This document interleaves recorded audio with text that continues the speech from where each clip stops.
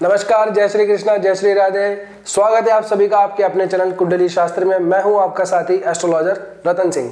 आज मैं आपके लिए लेके आया हूं साप्ताहिक राशिफल। और इस सप्ताह यानी कि 1 दिसंबर से लेके और 7 दिसंबर के बीच में ग्रहों का बहुत अलग अलग राशियों के अंदर परिवर्तन होने जा रहा है। तो इन परिवर्तनों का आपकी राशि के ऊपर क्या प्रभाव पड़ेगा, आइए जानते हैं। कर्क राशि वालों, स्थितियां पूरी तरह से आप लोगों के लिए बदल चुकी हैं। पासा पलट चुका है, समय ने अपनी करवट बदल ली है।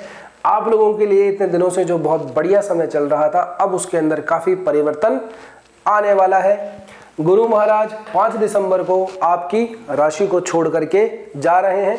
अमूमन 1 महीने से ज्यादा का समय गुरु ने आपकी राशि के अंदर बिताया है। आपकी ही राशि के अंदर गुरु महाराज उच्च अवस्था के अंदर आते हैं, लेकिन 5 दिसंबर को गुरु जो है मिथुन राशि के अंदर प्रवेश कर जाएंगे और आपके लिए वो 12वें भाव के अंदर जाएंगे।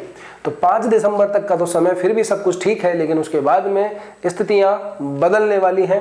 कारण क्योंकि आप लोगों के लिए गुरु महाराज जो है वो षष्ठेश भी बनते हैं और भाग्येश भी बनते हैं। बस भाग्येश का 12वें भाव में चले जाना भाग्य की जो व्यय है वो घर से बाहर व्यक्ति का करवाता है। तो 5 दिसंबर के बाद में आप लोगों के लिए यात्राएं काफी बढ़ने वाली हैं। अपना सामान आप बांध लीजिए, बोरिया बिस्तर थोड़ा इकट्ठा कर लीजिए, जरूरत का सामान अपने साथ में रखिए, कभी भी आप लोगों को निकलना पड़ सकता है। अगर आप अपने काम धंधे से संबंधित कहीं बाहर जाते हैं तो बहुत बढ़िया है, आपका भाग्य जो है अब अपने जन्म स्थान से दूर जाकर के ही काम करेगा, क्योंकि गुरु ने अपनी चाल बदल ली है। आप लोगों के लिए एक और खबर है, आपके 4थे भाव के अंदर बुध महाराज इतने दिनों से बैठे हुए थे। अब 6 दिसंबर को बुध भी जो है अपना स्थान बदलने जा रहे हैं। बुध महाराज 5म भाव के अंदर आप लोगों के लिए प्रवेश करेंगे, वृश्चिक राशि के अंदर। कितनी तारीख को? 6 दिसंबर को। 6 दिसंबर के बाद में यहाँ पे बुध महाराज आ जाएंगे। और अब देखिए एक और कमाल की बात, अगले ही दिन यानी कि 7 दिसंबर को मंगल का प्रवेश हो जाएगा आपके 6ठे भाव में। इन चीजों का क्या प्रभाव पड़ने वाला है थोड़ा डिटेल में समझिएगा आप लोग। देखिए यहाँ पे सूर्य ऑलरेडी बैठे हैं, जो कि बैठे रहेंगे 16 तारीख तक अमूमन। उसके बाद में अभी 7 तारीख को यानी कि 6 तारीख को, क्षमा कीजिएगा, 6 तारीख को शुक्र ऑलरेडी यहाँ पे बैठे हुए हैं। तो 6 तारीख को शुक्र और बुध जो है एक दूसरे से युति बना लेंगे आपके 5म भाव के अंदर। 5म भाव के अंदर बुध और शुक्र की जो युति है वो महाधन योग लेकर के आती है, महाधन लेकर के आती है। 5 बड़े महायोगों में से एक योग बनता है लक्ष्मी नारायण योग, जो कि आपके 5म भाव के अंदर बन रहा है और बुध और शुक्र के मिलने से ये योग बनता है। आप लोगों के लिए वृश्चिक राशि के अंदर, जो कि जल तत्व की राशि है, इन दोनों ही ग्रहों की युति हो रही है, जो कि आप लोगों के लिए बहुत ज्यादा शुभदायी, बहुत ज्यादा लाभदायी होने वाला है। गुरु ने तो अपनी स्थिति बदल ली है, लेकिन बुध के तुरंत एक दिन बाद में ही यहाँ पे आ जाने से आप लोगों की जो चिंताएं दिखाई दे रही थी खर्चों से संबंधित, वो अब खर्चे पूरे कर देंगे बुध महाराज। शुक्र और बुध की ये जो युति है आप लोगों के लिए बहुत ज्यादा प्रॉफिट लेके आने वाली है। ना सिर्फ काम धंधे के अंदर पैसे से संबंधित, बल्कि आप लोग जो रिलेशनशिप के अंदर हैं उन लोगों के लिए भी प्रेम संबंधों के मामले में ये बहुत ज्यादा शुभ योग है, बहुत ज्यादा फलदायी योग है। अपने पार्टनर से बहुत ज्यादा बनेगी आप लोगों की। अगर नहीं कही है मन की बात तो यही है वो समय जब आप अपने मन की बात कह डालिए। 6 दिसंबर के बाद में अमूमन ये युति बनी रहेगी 20 दिसंबर तक। तो आप लोगों के पास में मोटा मोटा 15 दिन का तो समय है, क्योंकि 20 दिसंबर के बाद में शुक्र निकल जाएंगे यहाँ से। तो इन 15 दिनों के अंदर अपने मन की बात कह डालिए। शादी का अगर प्लान कर रहे हैं अपने पार्टनर के साथ में, तो वो प्लान एग्जीक्यूट कर लीजिए और जल्दी से कोई तारीख वगैरह निकलवा करके किसी अच्छे से पंडित जी से, अच्छे से ज्योतिषाचार्य से देख करके अच्छा से शादी का मुहूर्त निकलवा लीजिए। आप लोगों के लिए आने वाला समय बहुत ज्यादा ठीक होने वाला है।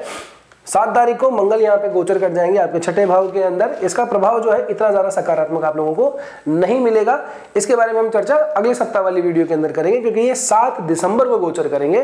तो 7 दिसंबर के बाद वाला जो वीडियो है उसमें इसकी ठीक से चर्चा करेंगे। लेकिन हाँ, इतना मैं कह दूं आप लोगों को कि थोड़ा सा साधन वगैरह, गाड़ी वगैरह थोड़ा ठीक ठाक तरीके से चलाइएगा 7 दिसंबर और उसके बाद में, नहीं तो आप लोगों को थोड़ी सी परेशानी आ सकती है। शनि महाराज आपके भाग्य भाव के अंदर बैठे हुए हैं, आपके सप्तमेश और अष्टमेश बन करके अभी ये रिवर्स चल रहे थे, उल्टे दिखाई दे रहे थे, वक्री चल रहे थे, लेकिन अब ये मार्गी हो चले हैं 28 नवंबर को। जी हाँ, 28 नवंबर को शनि महाराज मार्गी हो गए हैं। तो अब आप लोगों की भाग्य के अंदर जो रुकावट थी वो भी अब स्मूथ तरीके से आगे चलने वाली है। रुकावटें जो है वो पूरी तरह से समाप्त होने वाली हैं। पिता के साथ भी आप लोगों की कुछ छोटी मोटी अनबन चल रही थी, कोई प्रॉपर्टी से संबंधित कोई डिस्प्यूट चल रहा था, तो वो भी सॉर्ट आउट होता हुआ हमें यहाँ से दिखाई दे रहा है। द्वितीयेश का मालिक पंचम भाव में चले जाए, यानी कि सूर्य महाराज ऑलरेडी यहीं पे बैठे थे आप लोगों के, वो भी स्थिति आप लोगों के लिए ठीक है। प्रॉपर्टी से संबंधित डिस्प्यूट जो है वो भी आप लोगों को सॉर्ट आउट होता दिखाई दे रहा है। किसी धार्मिक स्थान की यात्रा भी हमको यहाँ से अब आपकी दिखाई दे रही है। कुछ अगर आपने प्लान किया था तो वो अगर नहीं हो रहा था तो वो होता हुआ हमको यहाँ से दिखाई दे रहा है। शनि की तीसरी दृष्टि आपके लाभ भाव पे पड़ रही है, सातवीं दृष्टि आपके पराक्रम भाव पे पड़ती है, और 10वीं दृष्टि जो है आपके छठे भाव के ऊपर पड़ती है। तो यहाँ से शनि जो है मार्गी होने के बाद में इन चीज़ों की जो रुकावटें हैं उनको दूर करते हुए आगे बढ़ेंगे। तो आप लोगों के लिए ये जो गोचर है, आने वाले जो 3 ग्रहों का जो है परिवर्तन होने वाला है इस सप्ताह के अंदर 1 दिसंबर से 7 दिसंबर के बीच में, तो ये परिवर्तन आप लोगों के लिए मिला जुला असर लेके आएगा।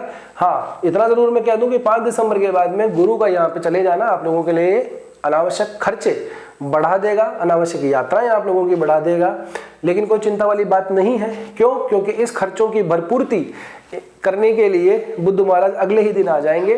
तो जो खर्चे लगते हैं वो उन खर्चों की पूर्ति आपकी शुक्र और बुध के मिलन से जो धन आएगा वहां से वो पूर्ति हो जाएगी।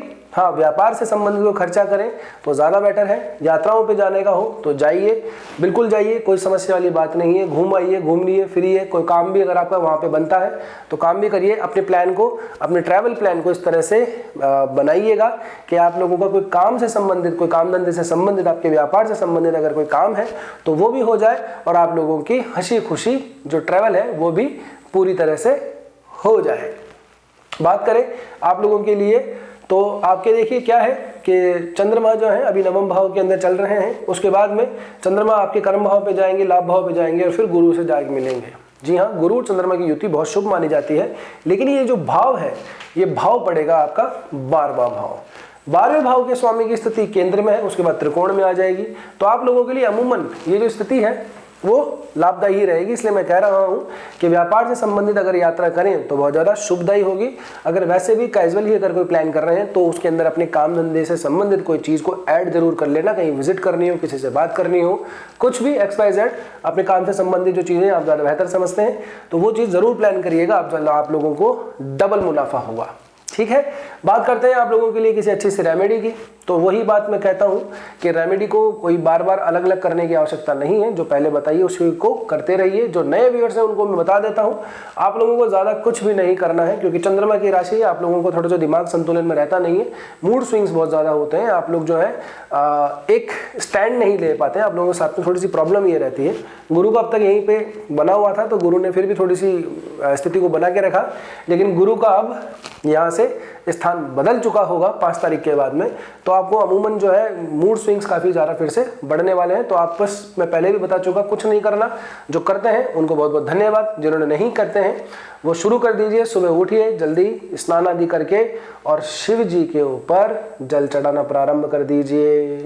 इतना सा काम कर दीजिए, आपकी सारी समस्याएं समाप्त हो जाएंगी। बहुत सस्ता और सबसे ईजी जो उपाय है इनके लिए वो यही है, क्योंकि भगवान शंकर जो है वो चंद्रमा को अपने मस्तक पे धारण करते हैं और चंद्रमा की ही आपकी राशि बनती है। तो आप लोग बस इतना सा कीजिए, शिव जी पे जल चढ़ाया कीजिए। इतना सा काम है। आपको जो भी कोई स्तुति आती है तो पढ़िए, नहीं आती तो सीख लीजिए। इतना सा ही काम करना है आप लोगों को। ठीक है ना।